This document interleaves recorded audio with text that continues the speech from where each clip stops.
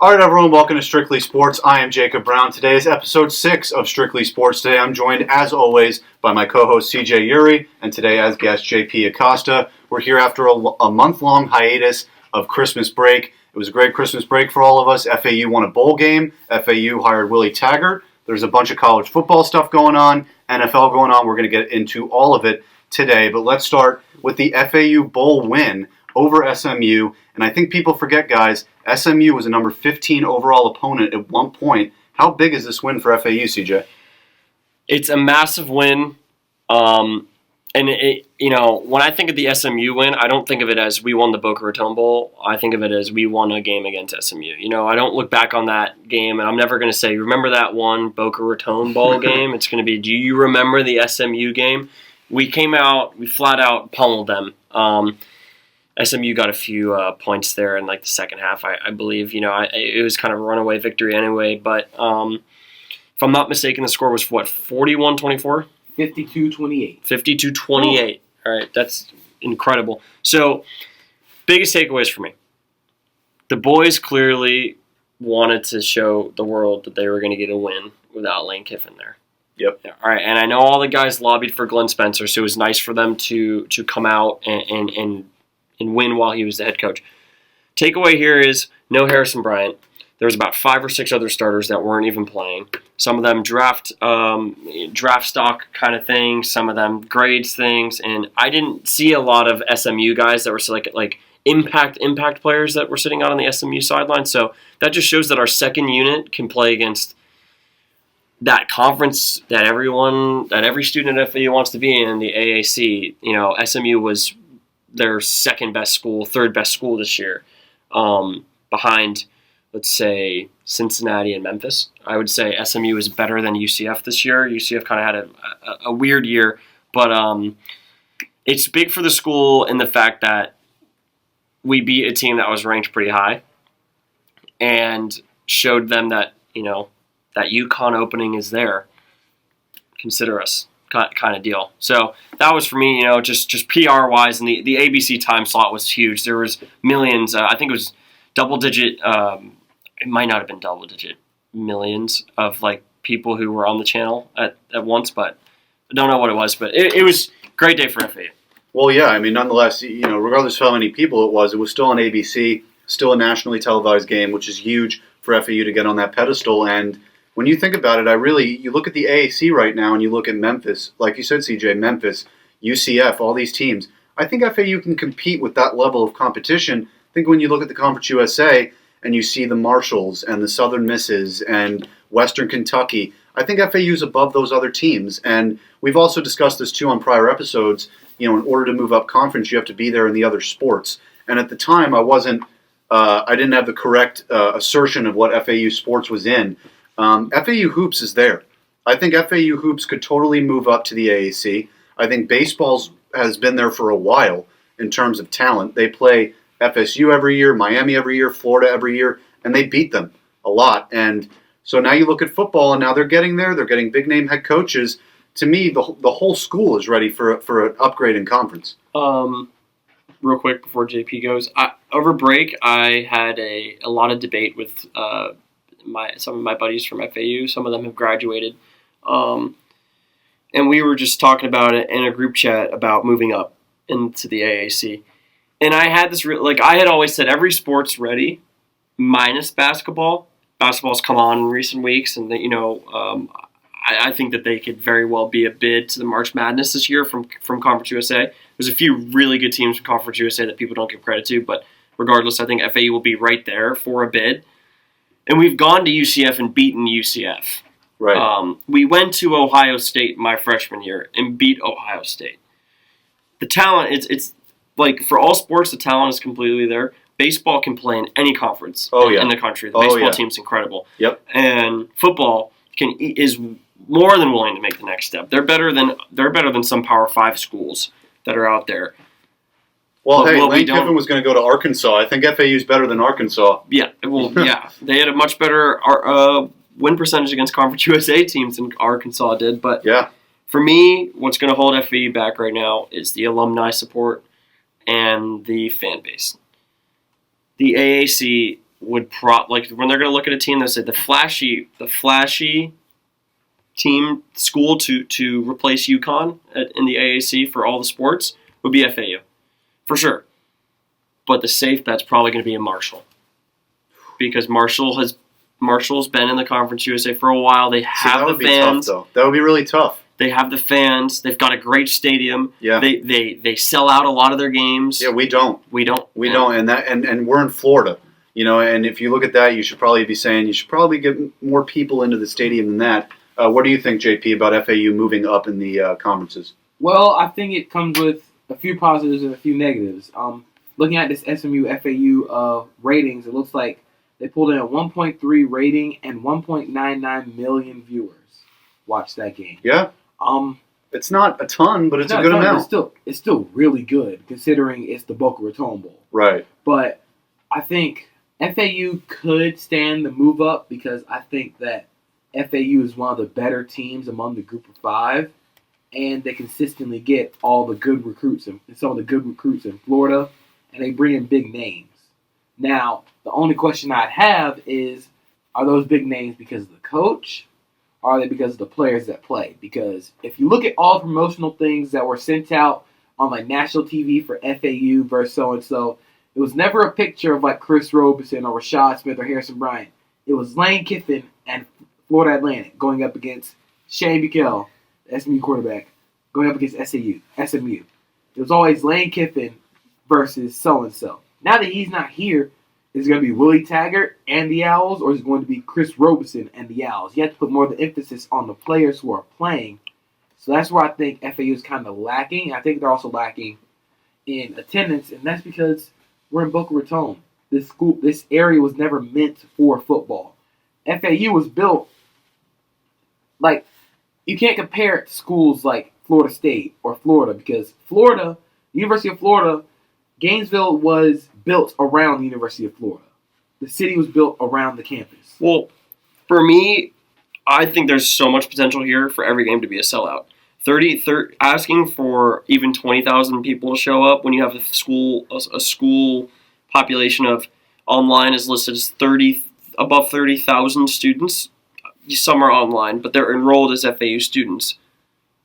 And you're in South Florida, 20 minutes down the road.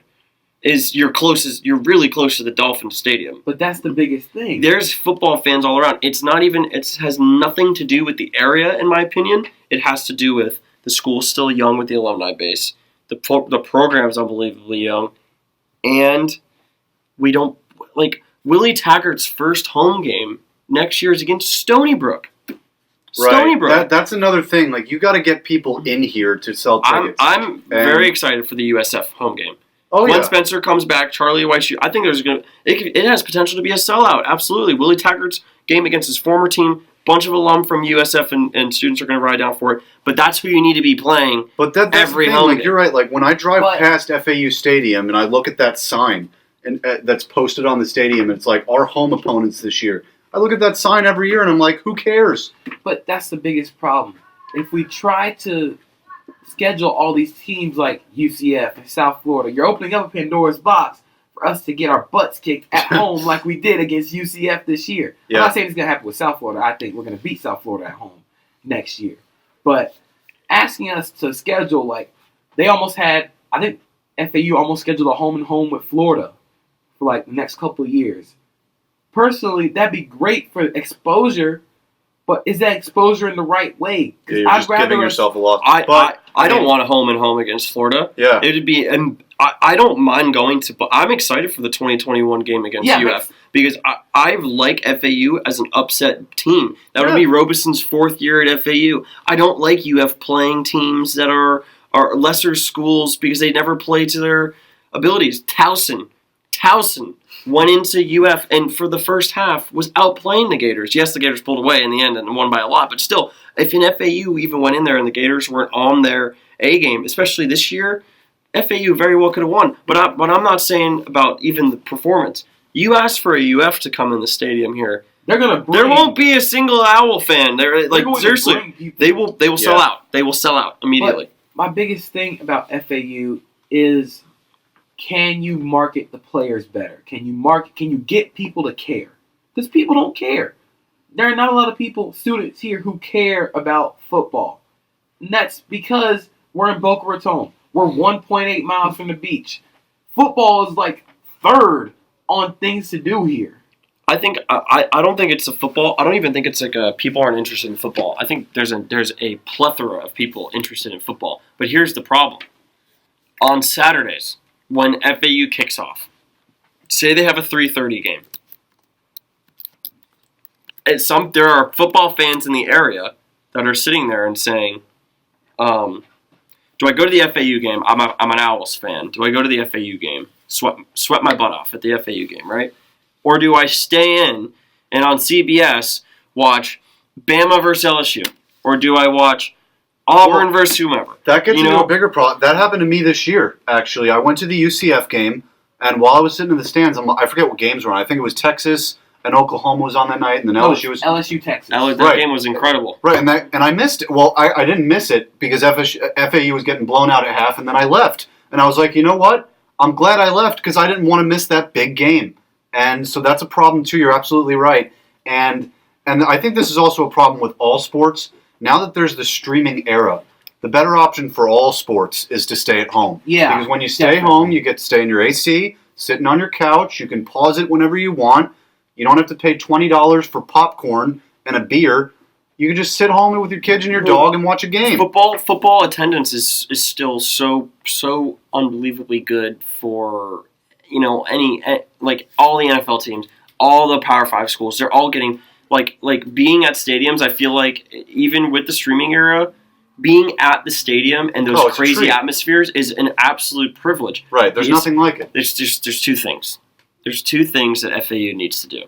Okay, shake the little brother rivalry that they have with FIU. It's a joke of a rivalry. It's never going to go anywhere. The way that FAU's going, but that's the thing is that's what they try to market it as is a rivalry. In the Twitter, FAU beat writers, whatever, it's like screw FIU. I'm like, why are you even tweeting about FIU? Yeah, like they're the meaningless. way that FAU is going right now is like Mount Everest and FIU is like that garbage hill. Like that you pass on the highway. Yeah, it's like the Yankees, making fun of the Orioles last year. They need to get a marquee rivalry. It is a literal rivalry every week 12. You know where that can come from?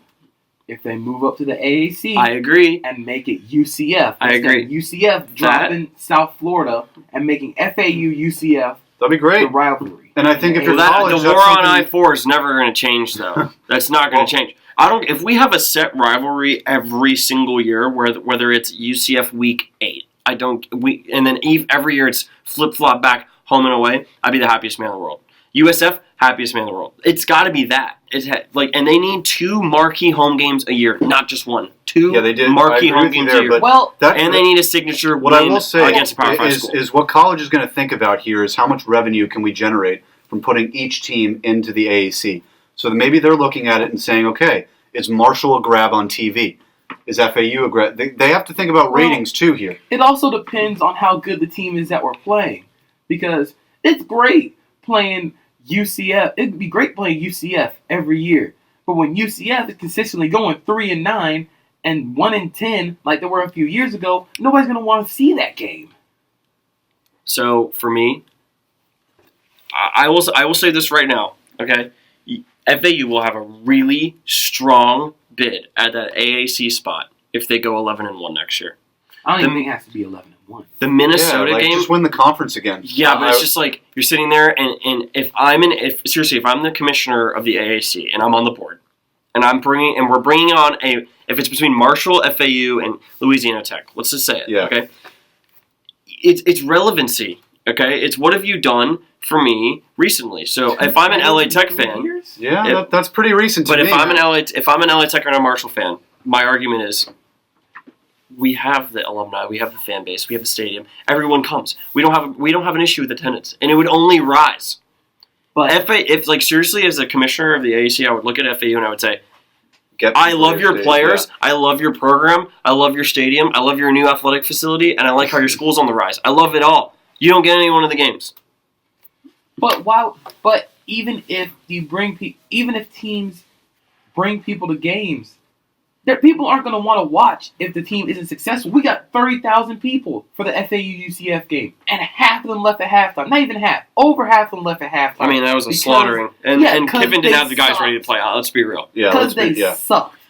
I'd rather us have a good team and people show up because of the team, not people show up because of the brand. I don't want people to show up because of Willie Taggart or Lane Kiffin. I want people to show up because this team is actually good. And this last comment on this, because we spent almost 16 minutes on this so far. So for me, I'm really excited for the Willie Taggart era. What I said on the show when the other guest was here, Jacob, which was I think our last show, second to last show maybe. Right. And we were just talking about the biggest thing is recruiting. I wasn't looking for a head coach that was like some tactical mastermind, because we don't necessarily need that in Conference USA. It's not like we're playing SEC teams every year. It's not like we're playing 2 or 3 Big Ten schools. Huh. We're playing Conference USA schools, and what have I always said from day one? We're always a mismatch. We're always a matchup nightmare for these Conference USA schools. So the fact that they get Willie Taggart, such a smart hire. The guy knows everyone in the state. He's recruiting such great players in his backyard, and I really believe after today, where he got the Florida State, the former Florida State D lineman, 4-star, regarded as a top D lineman in the country, comes to FAU, and then their 3-star wide receiver. I, honest to God, truly believe this. I think we could go into Minnesota next year and steal one. Thursday night. I think they could really do it. So that is like the signature win that FAU shows the AAC and is like... Yeah, you beat a team that almost got to the Big Ten championship. That's a big deal. So now let's move on to the national championship. We'll stay in college football here before we go to the NFL playoffs. So we have the national championship tonight between Clemson and LSU. That will kick off at 8 o'clock on ABC. Of course, we're going to get Kirk Herbstreit for the game. He's a great announcer. But this is going to be a game for the ages. You have 2 teams here who might end up having 2 of the most historic offenses in college history. You have 2 amazing college quarterbacks in Trevor Lawrence and Joe Burrow. You have a great coaching duel between Ed Orgeron and Dabo Swinney.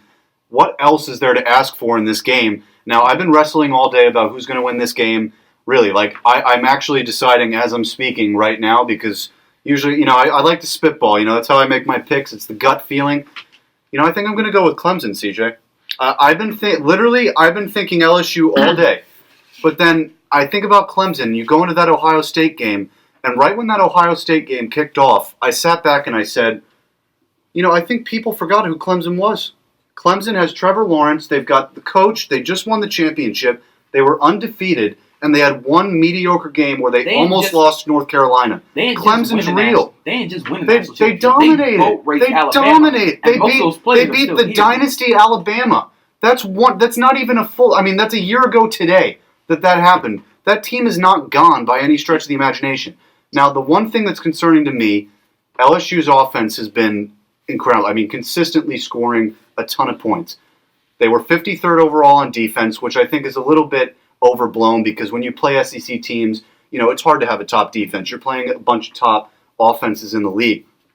But I look at this game, I say the only thing that goes against Clemson heavily is that this game is in New Orleans in the Dome, same state where LSU plays. So it might be 70-30 LSU in the crowd. 70-30? Might be more. It could be 80-20. So they allocate a specific amount of tickets to Clemson fans. If you ever go on a seating map for a bowl game, a big I've been to a national championship game. Oh. My parents were both went to University of Florida, so I grew up a massive Gator fan. I've been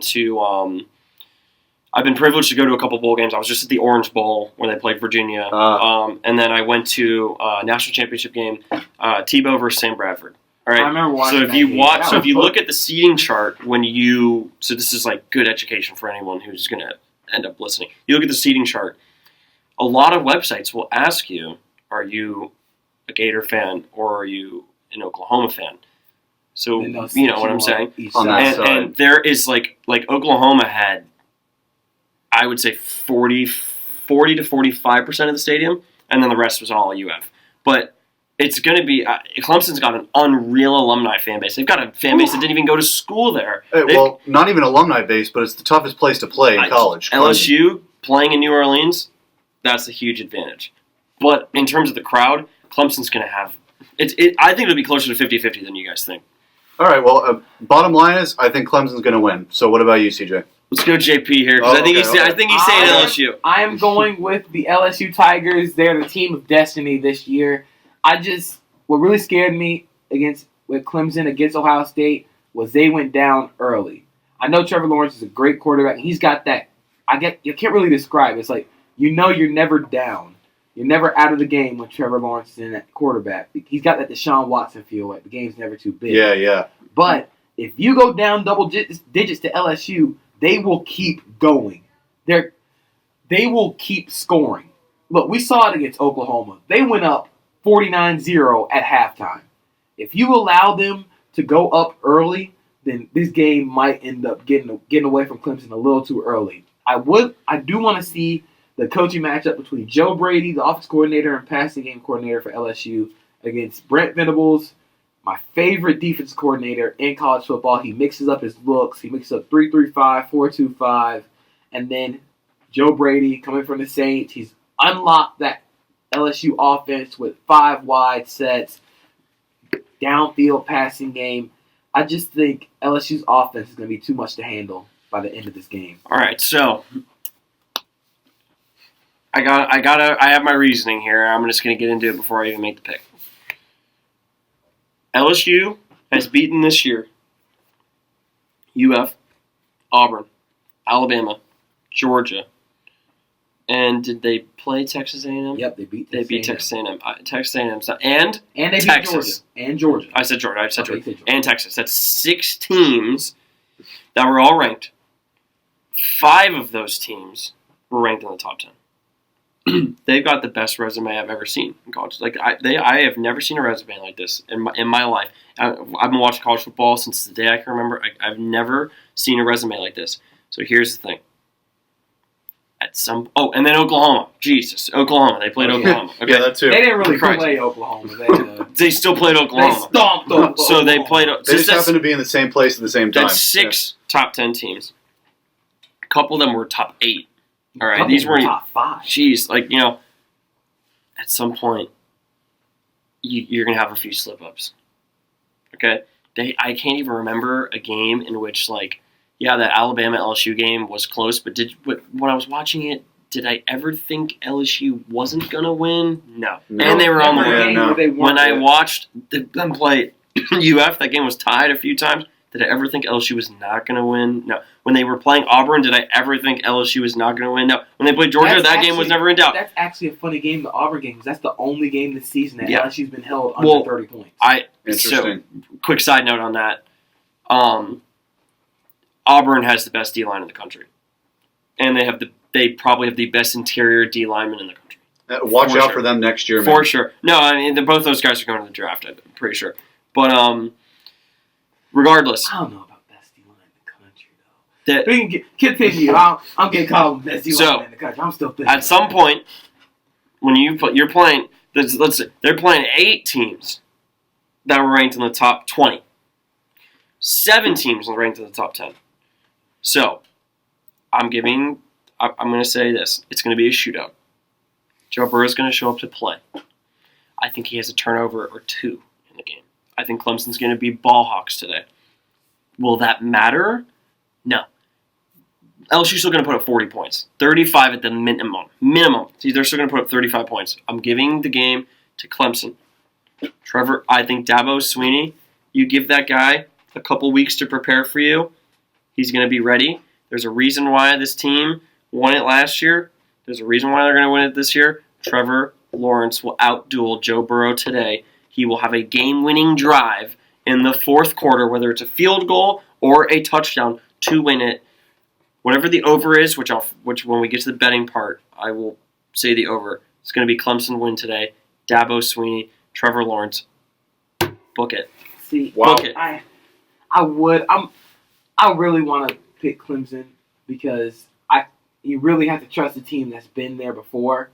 But you can say the same thing about LSU. LSU's been battle tested this year. Like you said, 8 teams in the top 25 they've played, and every time they come out as the winners. They've been down. They've been in tough games. They went to Austin, Texas, and beat Texas. They were in Tuscaloosa and beat Alabama. They've gone to Atlanta in the SEC championship game and manhandled Georgia.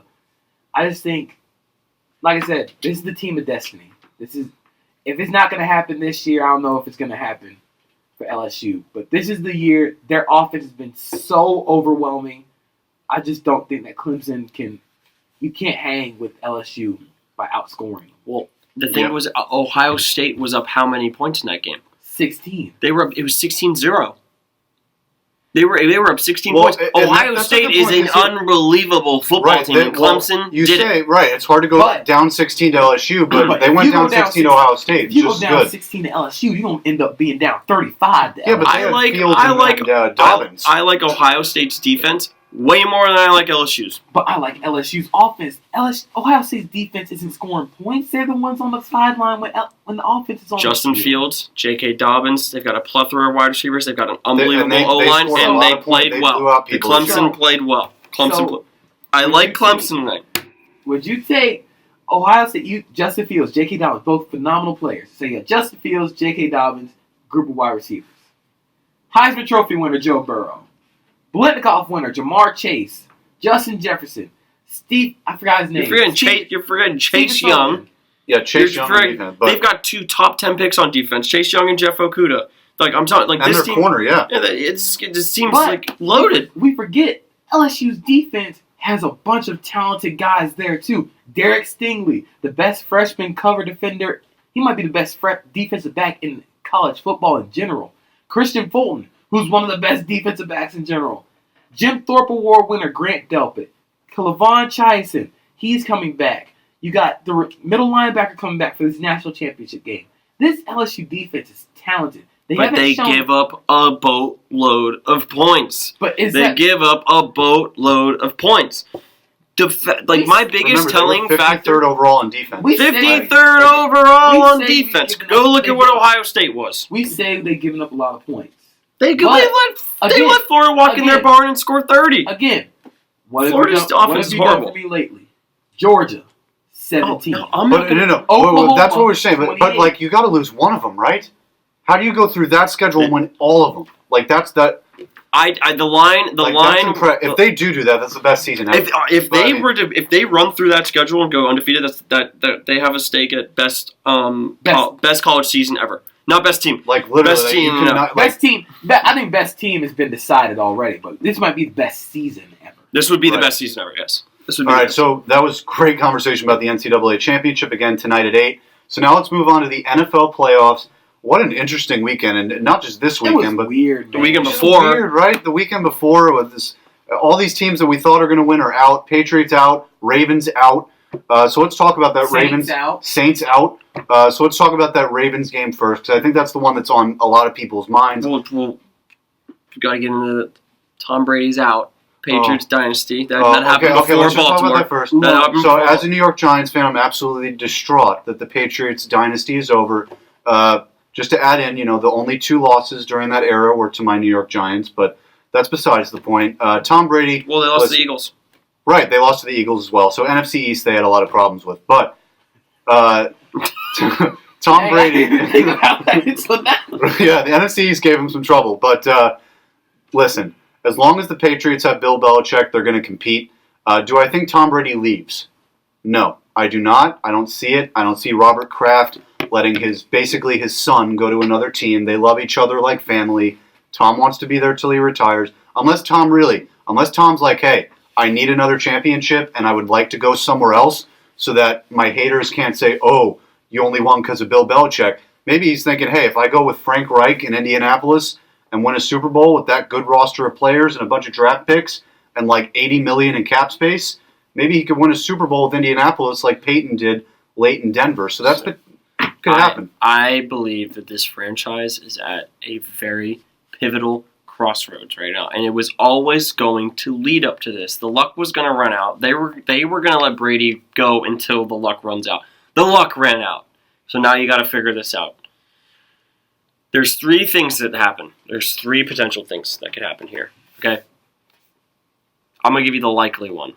The most likely one. Bill Belichick is is the only one that remains out of the two. Ooh. Okay, that's the most likely. You guys, That's like so the you most guys both probable. think that's what No, you no, think. no. Like I'm saying, like that's. I'm not. If it I'm ends not. up like that. I'm not saying like it's likely that Brady and Belichick are not back together, but I'm saying it is beyond probable that Belichick stays. If you have to choose that's between, true, yes. if you have Belichick's to gonna stay. choose Yeah. between Brady and Belichick. Oh, of course, yeah. Bill's not That's- going anywhere, Belichick's right? not Bill- going yeah. anywhere. There's option 2. Brady and Belichick stay. They give it a go, and I'll tell you why that won't work. And on option 3, Belichick's out, sick and tired of Kraft, constantly just like, oh, Brady's a family member. Brady's like a son to me. Because let's remember, Bill Belichick did not want Jimmy G to leave. No, he did not. Bill Belichick, if Bill Belichick, seriously, right now, if his life, someone held a gun to his head right now and said, if you could have started the season with Jimmy G or Tom Brady, who would you have started the season with? Oh, He said he wouldn't even pause. he wanted Jimmy G to stay. So here's why Bill Belichick and Brady staying won't work. They have never been a team that dishes out an unreal contract to a skill player. That team needs 2 or 3 skill players and a few O linemen for them to get back to Super Bowl quality team. When you look at the other teams that are gearing up right now, I can't even imagine. I would have been so mad if the Patriots somehow snuck into the playoffs and had to play the 49ers. That 49ers defense would not have given up more than 10 points to the Patriots. It would have been an absolute rout. It would have been an absolute rout. The score would be 3-2. Let's be realistic. The score would be 3-2. Like, it's just, I can't even. So what I'm saying here is, Tannehill and Derrick Henry walked into New England and showed the world the flaws that team has. Yep. All around. They showed what everyone didn't want to say. Everyone didn't want to say. Right. But I remember sitting here when I first started doing the show with you. Yeah. Everyone looked at me like I was crazy because I said, I don't even want Tom Brady anywhere near my quarterback pocket this year if I'm a GM or a coach, just because he just throws a bad ball now. The ball dies on him in the middle of the air. Serious props to Ryan Tannehill. Gets dumped by the Dolphins, which the Dolphins are paying him more this year than the Tennessee Titans. Gets dumped by the Dolphins, goes to Tennessee, 2-0 as a playoff starter, kicks Mariota out of town. That is awesome, and I just wanted to start there because the Patriots have been the biggest thing in football for the last decade or two. Okay, let me start off by saying this. Tannehill hadn't done jack in the playoffs. He makes the plays that you need to make. He's thrown 72 yards. But has he been turning the ball over? He's throwing 2 passes a game. Let's be real here. You need a quarterback that does not turn the ball over. With the Tannehill argument, I'm kind of in the middle here. I think he's the definition of average quarterback. He does a little bit of everything, right?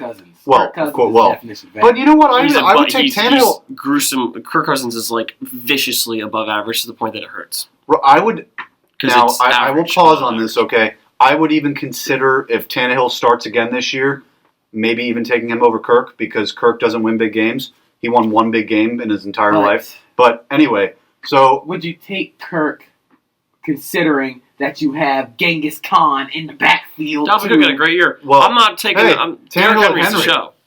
But I know Tannehill had Henry, and that's what their offense is. That's what I'm trying to say. Oh, absolutely. Tannehill hasn't had to do much. We're saying like, oh, well, no, he's not an MVP candidate. Yeah, right. He's just doing what he needs to do. I completely agree with you. But Ryan Tannehill went into New England and went into Baltimore. 2 unreal defenses. 2 defenses have very high turnover margins and didn't turn the ball over. He executed the game plan. You're the signal caller. You get in the huddle. You execute the game plan.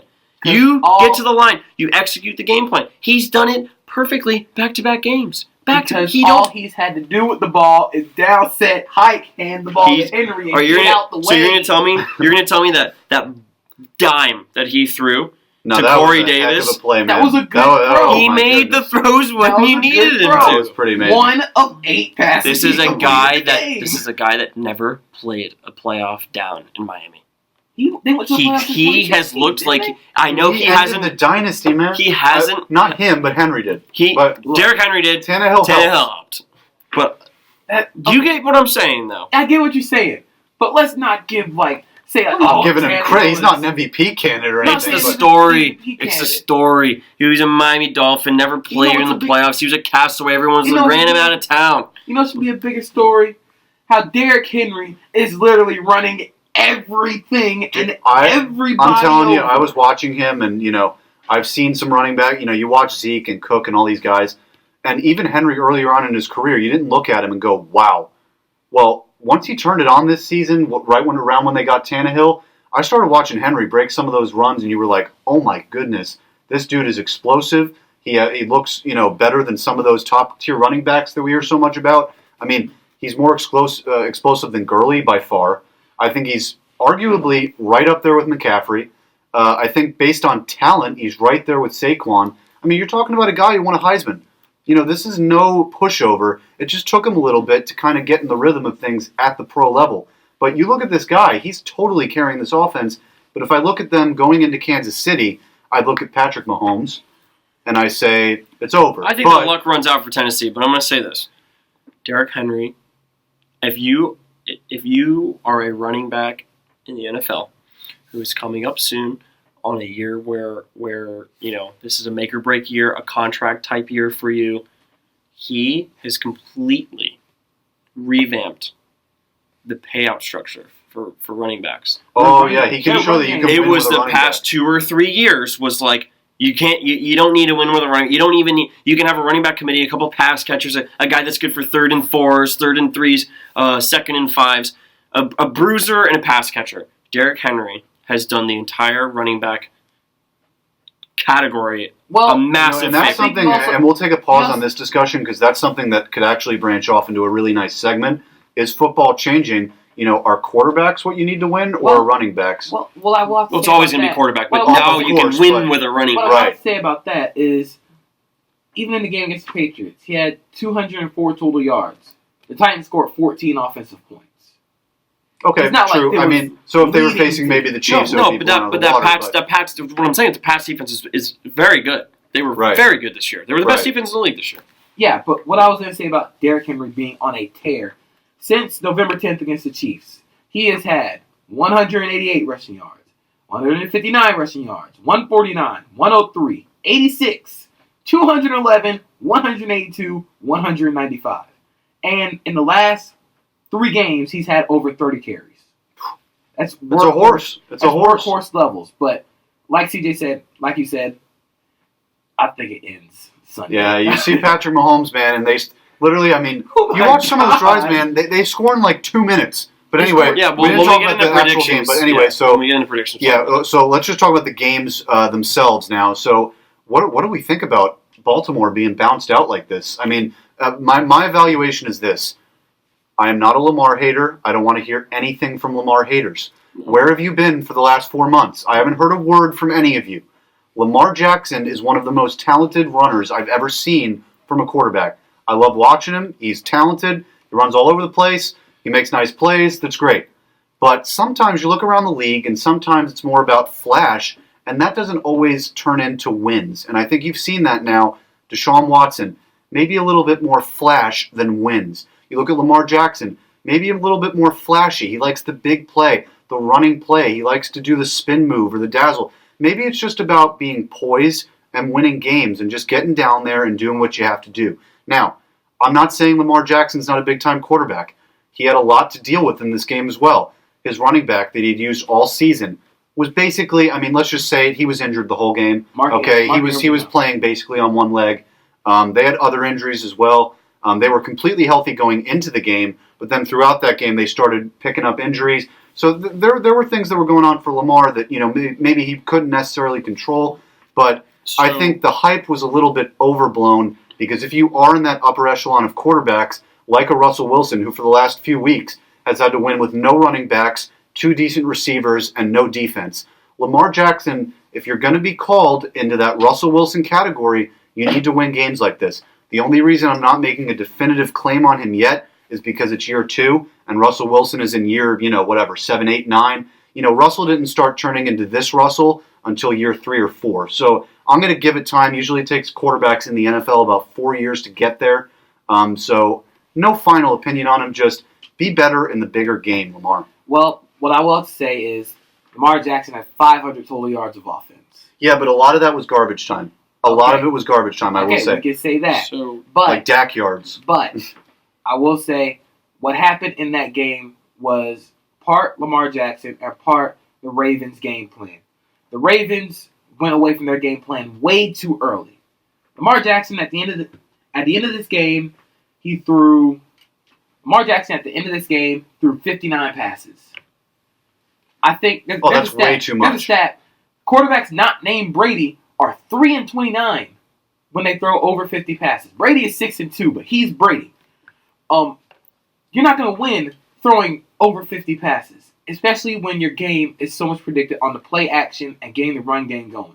Yeah, I mean, so Lamar literally, his whole game is based around his legs, and then he throws 59 times. I think the Ravens went away from the game plan too early. They were down 14-6 at halftime. It wasn't something to overcome at all. Like, it wasn't something that you had to throw out. Somebody on Twitter made a comparison, like, Brady had to throw a lot of passes, and they were down 28-3. Well, being 28-3 is a whole lot different than being down 14-6. Right. Also, Mark Ingram being injured. Running backs only got 9 carries that game. Now, will say he missed on a lot of throws outside numbers. But we always knew that was the problem. We always knew that was the problem. Right. But what I will say is he had a phenomenal year. He had a pretty good game considering what was going on. And they'll be back next year. Lamar Jackson is younger than Joe Burrow. I've got 2 points about this game. Or 3. I got a third. My first point, I'll just say Derrick Henry. Derrick Henry is just incredible. That's all you got to say. And for Tennessee, Ryan Tannehill, he made a great throw. That's a great throw. Corey Davis to the back of the end zone there.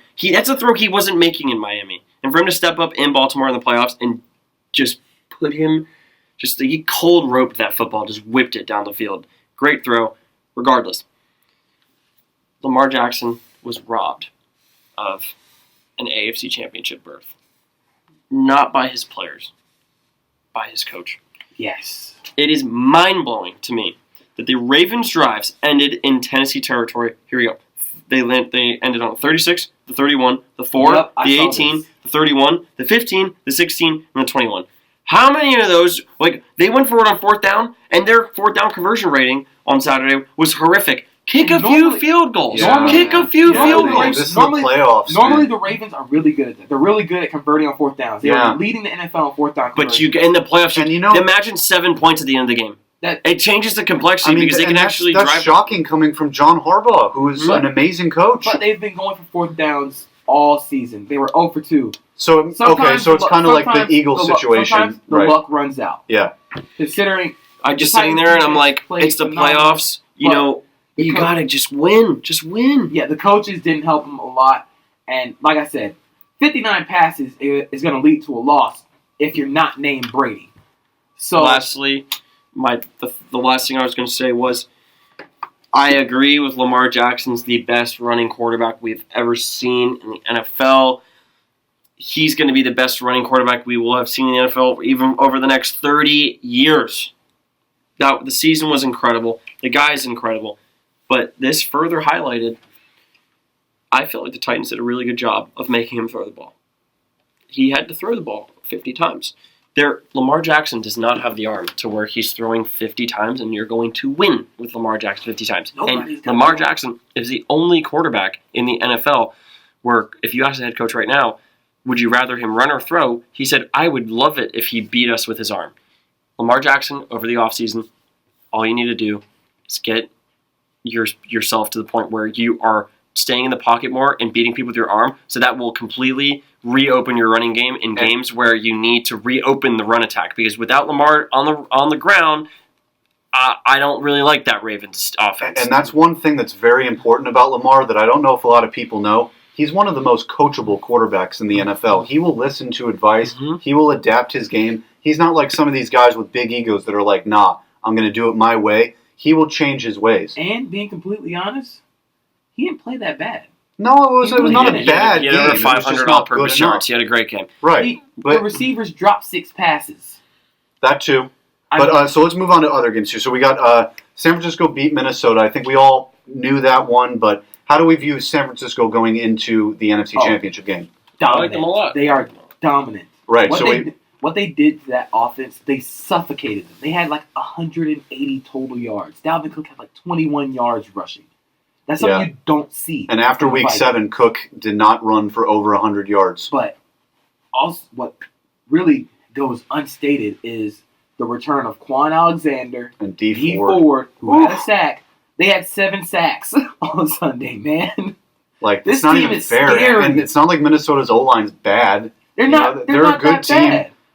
Better than Green Bay's O-line, which that's why I'm worried about this weekend. Look, this Niners defense is scary. They're getting even scarier because now they have all their guys back. They had 7 sacks.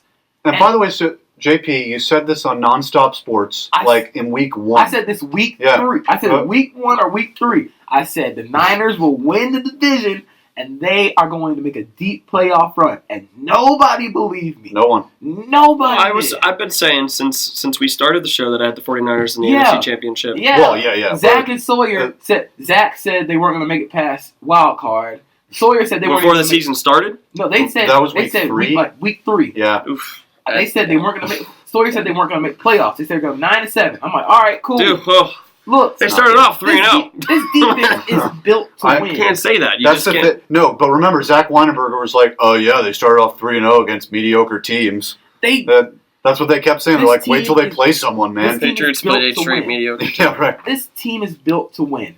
This team is built so that Jimmy Garoppolo doesn't have to make a lot of the throws. And that's why I'm worried about Green Bay for this game. Because Green Bay doesn't have a very good run defense. I mean, it really wasn't tested against Seattle because they had Marshawn Lynch, who a month ago was selling tequila in Oakland. For me, I'm praying to God that the Miami Dolphins front office is looking at that 49ers blueprint and says, and like, we need to match that. It is perfect. I would rather have a game manager, accurate quarterback. He might not be a world beater, but you can win with him, and occasionally he'll win you a game. Okay? And I'd rather always have an above-average defense. Yeah. A good defense. Because at least you could be 500 every year with a good defense. Because not to put this on the Dolphins here, okay, but if the Dolphins will be drafting Tua, I would love it if Tua could come in his second year in the NFL with a great defense. What the 49ers have done to Jimmy is, the game has never been on Jimmy's shoulders.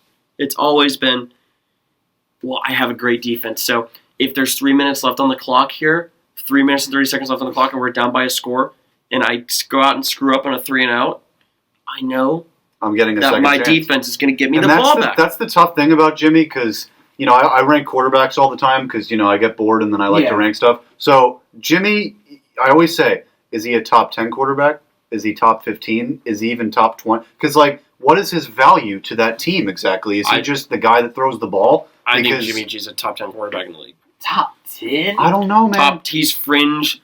If I were to do it right now, he would be my 10 or 11. But there might be some credence to that because if you do, because I remember making a list a long time ago. I had Stafford and Carr in my top 10 at one point. And that's not good. Stafford is in that top 10. Stafford's legit, but Stafford is legit. Yeah. If you give Matt Stafford this Niners team, they are a lock for the Super Bowl.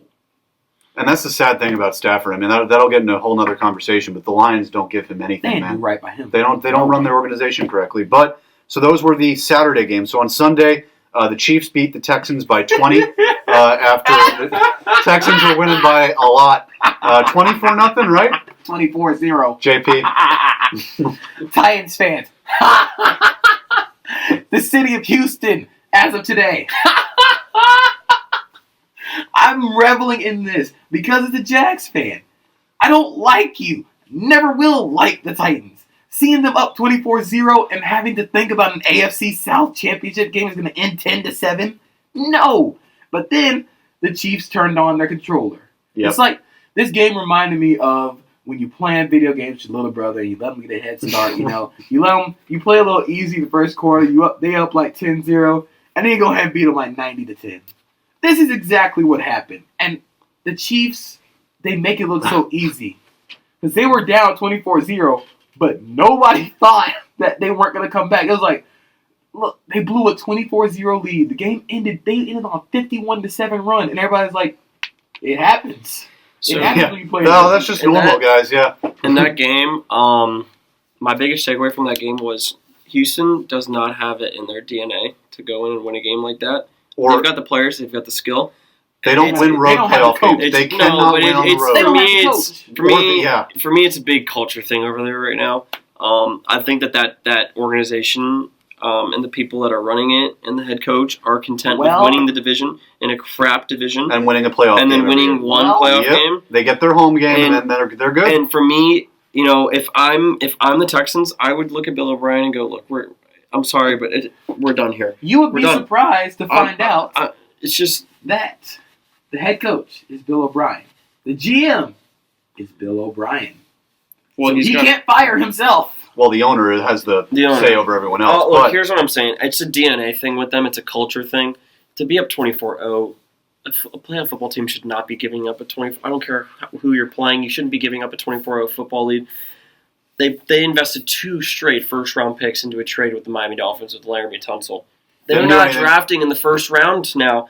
That is such a bad trade. And- Laramie Tunsil's a premier left tackle. But was he a game changer this year? apparently not. So 'Cause Sean Watson Watson gets is- sacked a yeah. lot. Here's the thing with Watson. You have to rely on him to pull the rabbit out of the hat. And he has that 1 or 2 great plays a game, and that wins the game. And that's why they win these divisions. Well, he does it consistently. Exactly. The But problem is with Deshaun Watson, he holds the ball too long. He tries too hard. Yeah. He and Lamar do the same thing. They try too hard. They tried a little bit too much to make something out of nothing.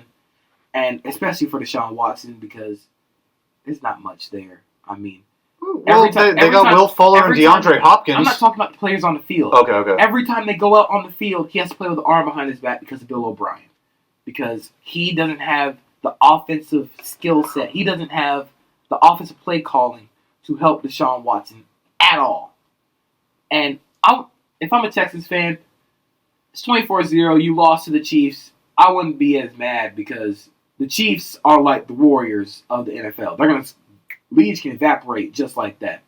What I'd be more concerned about is going down 16-0 to a team led by a tight end at quarterback last week. You won that game, but it sure wasn't pretty. So something's got to change in Houston. Agreed. And so now we move on to the next game.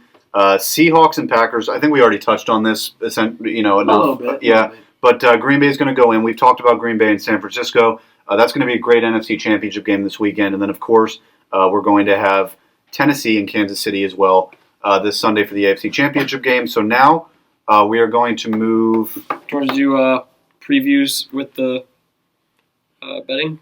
Yeah, let's do that. So we're going to do, to wrap up the football part of this show, because we're going to get into quickly for like about 10 minutes about the other 3 topics that we have on the list. So let's start with you, CJ. So let's just be honest here. I am not the best bettor at all. I need to learn more about the lines. So you will learn as the show goes. As the show goes, maybe I'll get better. CJ's my teacher here. We got this. So who's starting here? All right. So do you understand the basics, right? Well, yeah. So okay. All right. So we will start with the national championship game. I will be writing these down. JP is our first guest pick, and then at the end of the semester, we will figure out our record. Okay. All right. At the end of the year. So we will start with the national championship game, which we've already previewed. Right. So we'll just say what we're taking in the game, right? So you do not need to take a team per se. You could take the score line. You have to take one bet for the listeners. Okay? So here we go. Let's see the updated line, NCAA football. All right, it is LSU favored by 5 points. So Clemson goes into the game winning by 5. Guest pick, go.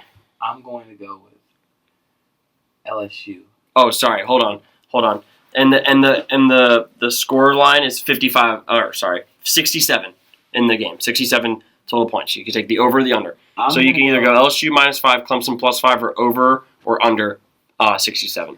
Well, I'm going to do the safe thing here, and I'm going to go over 67 because that's how much points I think is going to be scored in this game. I think LSU might put up 40 by themselves, and Clemson has known to put up a lot of points, so they might get 70. Okay, so I'd say easy. I'm with you, JP, on that. I think definitely there's a cover here. It's going to go over. Over 67? Over 67, for sure. I mean, because you would only need one of the team. I mean, you could have a 40-30, like he said, and then you're there. I mean, that's it. I said on Nonstop Sports it was going to be 42-35 LSU. Yeah, man, And there you go. That's my over. Yep. Okay. I'm going to go with Clemson +5. So you're taking the line. I'm going to take the line. I'll take the points. All right, so taking the line means you have Clemson winning by 5. Well, or more. in correct terms, it would be I'm taking the points. Right. Okay. You're the spread, the points. Okay, yeah. You know what I'm saying? Okay. And then some people will say LSU's laying 5. Okay. Okay. So right. All right. Okay. So well, then I'll take the 5 too. So Yeah, you're going to lock in 2 bets. Yeah. So you're okay. So 2 out of the 3. Okay. Yeah. All right. So are we all making 3 here in total with the other 2 games? Because we have 2 more NFL games. Yeah. Yeah, we'll do. Well, I honestly, So I'm for going to save 2. I'm going to save 2 of my picks for the NFL game. I'm going to save mine for NFL. All right, I'll save one then. Yeah, I'll save one more. Okay. I like my 2 for this one. I'll save one pick. Okay, so you want Clemson +5 as well. Yeah. All right, so you're locked in. All right, here we go. All right, JP, here we go. NFL. All right. So we got NFC and AFC championship games this weekend, of course. So let's start. Chiefs -7.5, and the scoreline is 52. I'm going to take the Chiefs line. Chiefs -7.5. All right. I don't want to touch this game. I'm not going to touch it. No, I don't touch it. The Titans scare you, man. I don't want to touch it. Look, I've had to face them twice. They're scary, man. I don't know. I mean, could it be close? Could it be a blow? I have no idea. I have no idea. I like the coaches. I like the Chiefs scoring points. So I will be taking the over in the game now. This is why I'm taking the over. Okay. Patrick Mahomes is going to score. Derrick Henry is going to move that ball down the field. They're going to punch it in. I honestly believe that the Titans are good for 21 points on this upcoming Saturday. I think they play Saturday. AFC usually plays Saturday. No, both games are on Sunday this year. Oh, okay. One at 3, one at 6:40. So I think that the Tennessee Titans are good for 21 points. They're good for three touchdowns at the very least, maybe a field goal there. And I still think the Chiefs have their way and still score about 30, 32.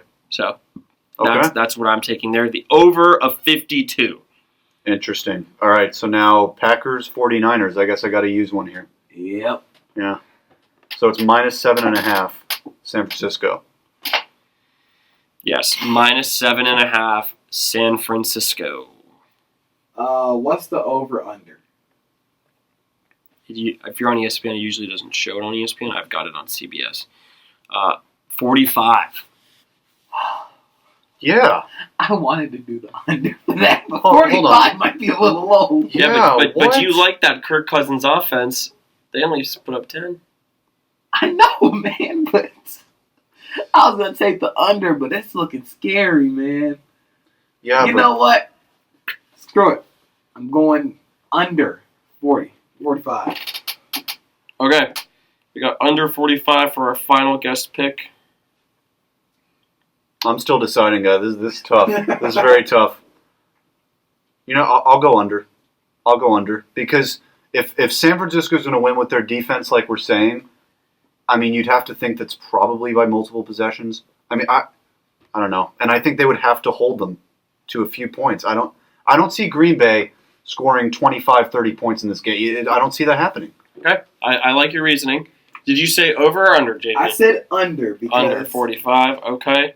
I'm going to take Packers +7.5. Ooh. Wow. So you're doubling down on this Packers win this Sunday. I mean, if they're going to lose, I don't see them losing by more than a touchdown.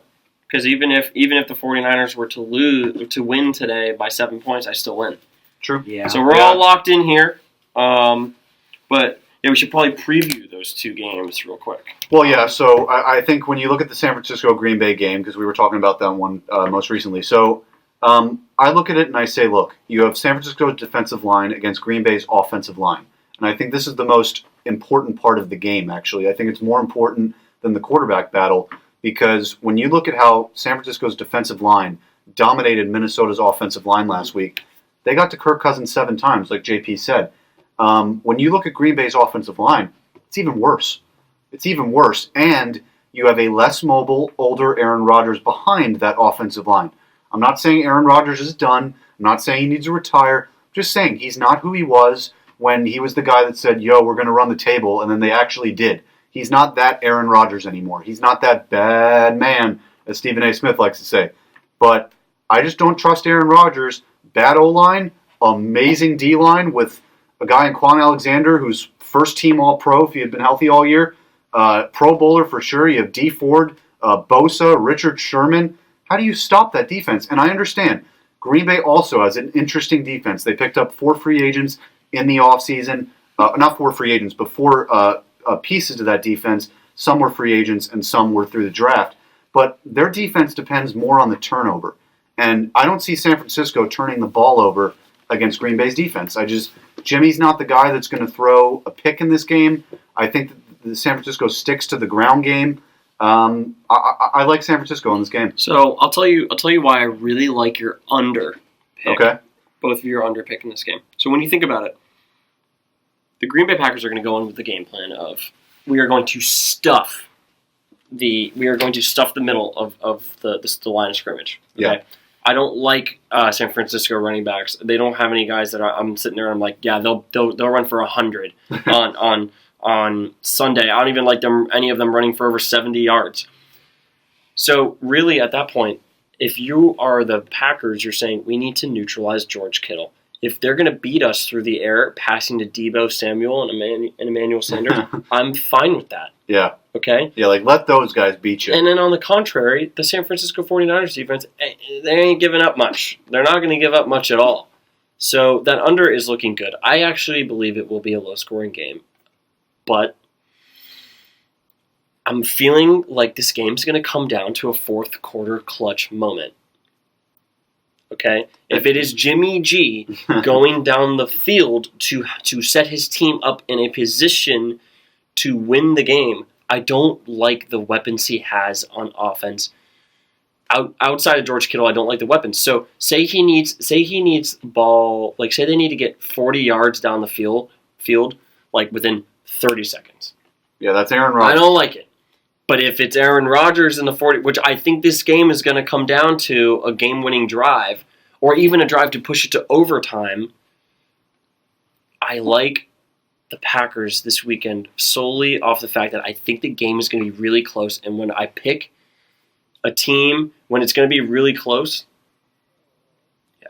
when I see a team, when I see a game that's going to be really close like that, I'm picking the quarterback. I'm picking off quarterbacks. And Aaron Rodgers is obviously far and away superior from Jimmy G. So I think the game will be about 2017 Packers. I'm going to go Niners, and I like the under because I think it's going to be a battle between the rushing offenses.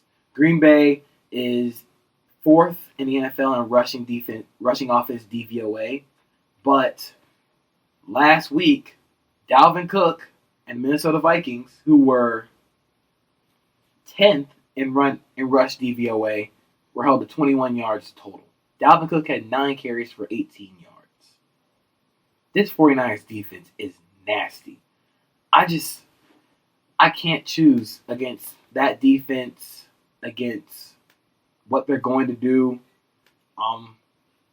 Like I said, earlier this year, the Packers and the Niners played, and it did not end well for the Packers. I think the score was like 33-8. But Kyle Shanahan said earlier today that win was irrelevant, has no relevance to today. I think the Niners defense is going to suffocate that offense with their pass rush and their defensive line. I don't think Jimmy Garoppolo is going to have to do much.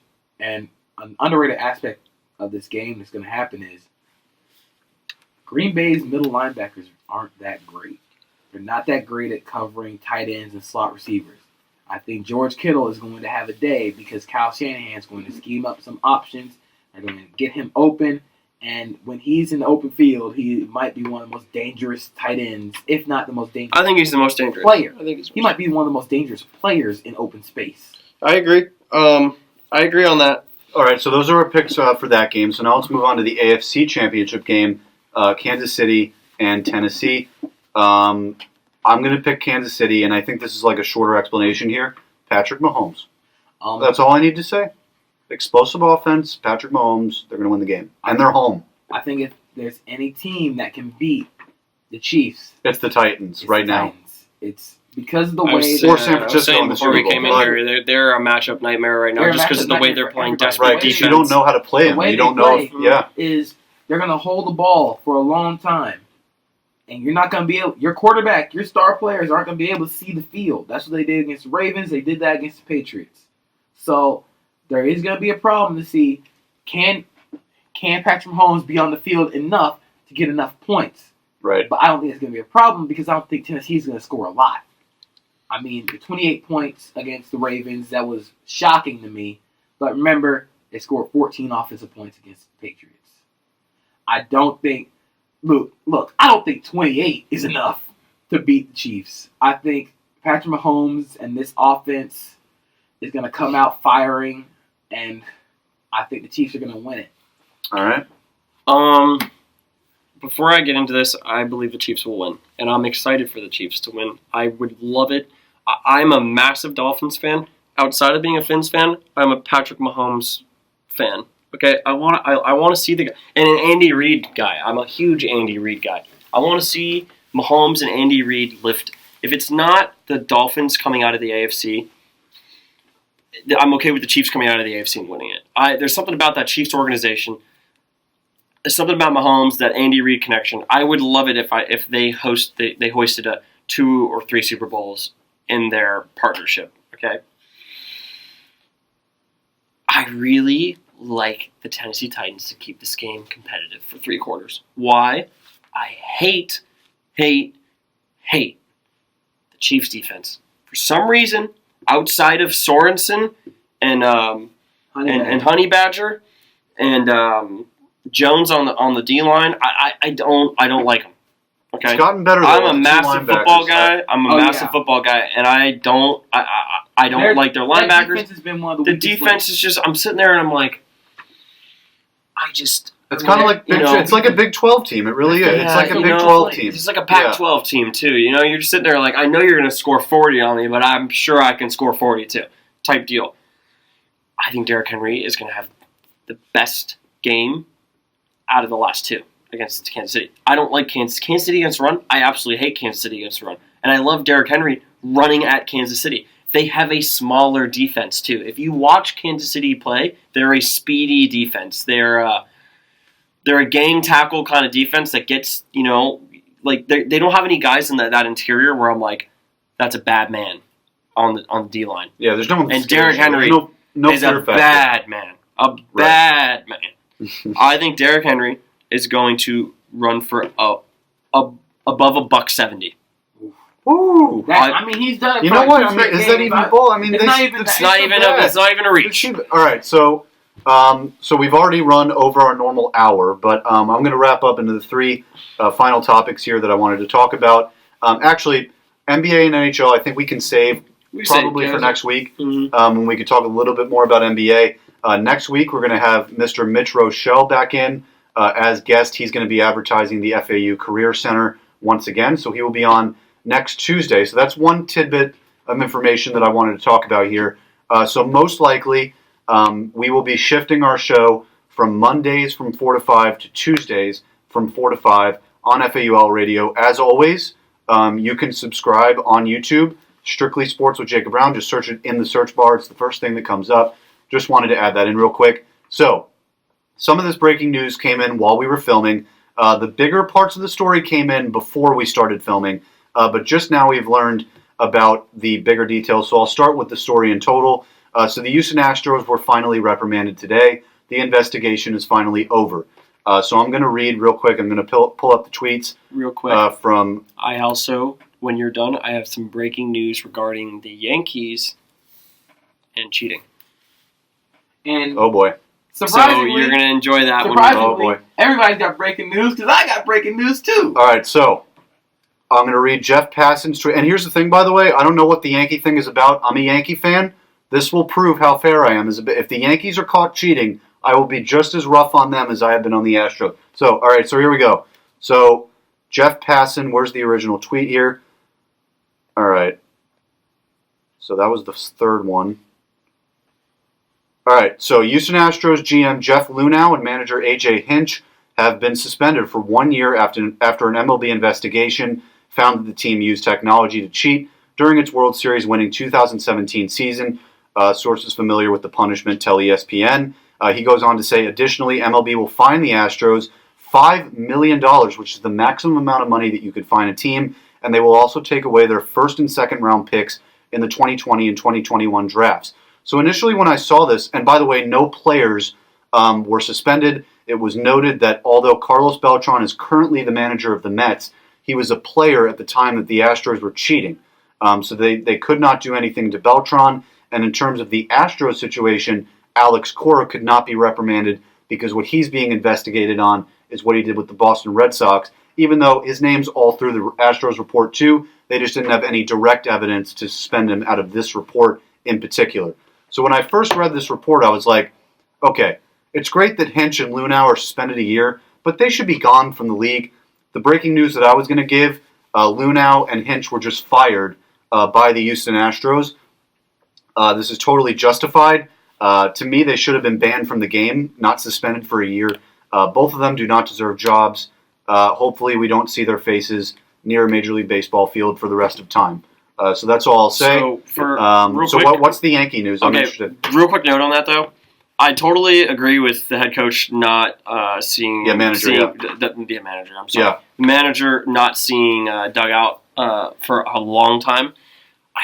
In a way, I feel bad for the general manager for the Astros. He really built that Astros team up from the bottom up. He also organized this whole cheating Yeah, scheme. I just feel like bad for him, you know? Like he's a total idiot, but I feel bad for him on the fact that, like, God, you know... No, yeah, you take built away it. He could have been a historic GM. Take away that bad decision, and you're looking at a GM that could go down as top 5 GM in baseball history just because he built up a Houston Astros. Altuve, Correa, Springer, Bregman, all drafted by him. I'm not even the biggest baseball fan. I'm not even that much of a baseball fan, but I appreciated what the Astros did. But yeah, well, and the sad thing is, if the Yankees were also caught cheating, Brian Cashman also built an incredible young core that will go to waste if they were caught cheating. So anyway, Logan Morrison.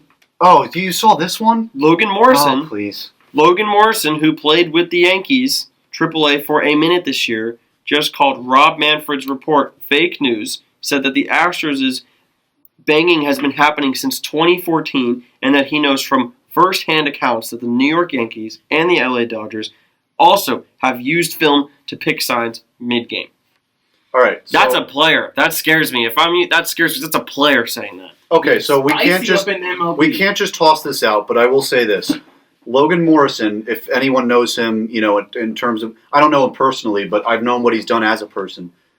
He has, even though he played for the Yankees in the minor leagues, it's because he's so bad that he was searching for a job.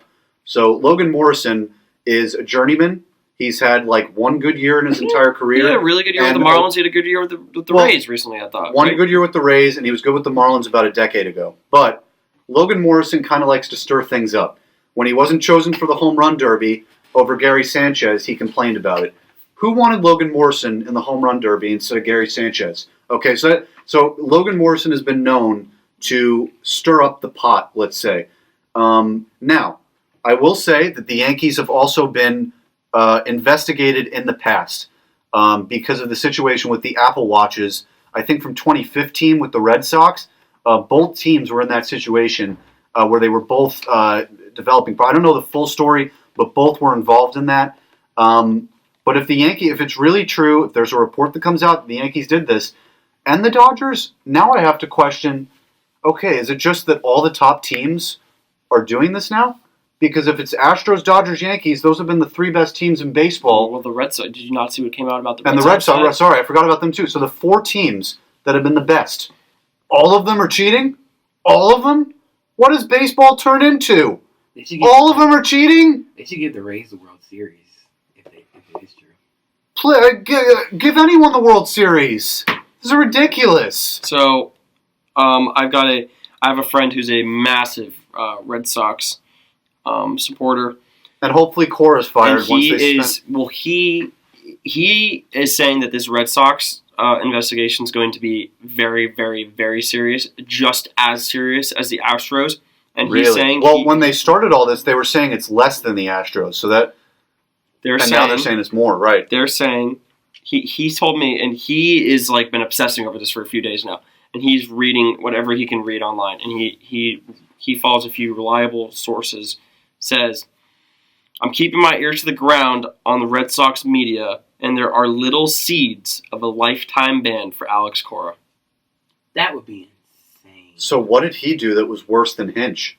We're going to find out. We're going to find out. He did it in 2 places. Woo! But I think I might have to be going a little bit because I have to go to work in a couple minutes. But my announcement is we've been working on this since September, both Strictly Sports and Nonstop Sports FAU. But the big announcement is, if you weren't listening on Nonstop Sports last Wednesday, I'm announcing it here today too. Nonstop Sports and Strictly Sports FAU, under the umbrella FAU Sports Radio, will be going to Radio Row for the week of the Super Bowl. That is January 27th through February 1st. We will be there Monday, Wednesday, Friday, getting interviews with players, doing some analysis, giving you some real quality content from Radio Row. And then on Super Bowl Sunday, we're going to try and have a watch party where you can watch us, watch the Super Bowl. It's going to be real cool. We also have some cool stuff coming up, maybe some projects for like podcasts, merchandise and stuff. We got some big things planned, so just stick with us for the ride. Absolutely, and I'm not going to reveal the big plan with that until we get it fully formed, but it's big. It's big. So for this edition of Strictly Sports, thank you, CJ, thank you, JP, and we will see you next time. That was good.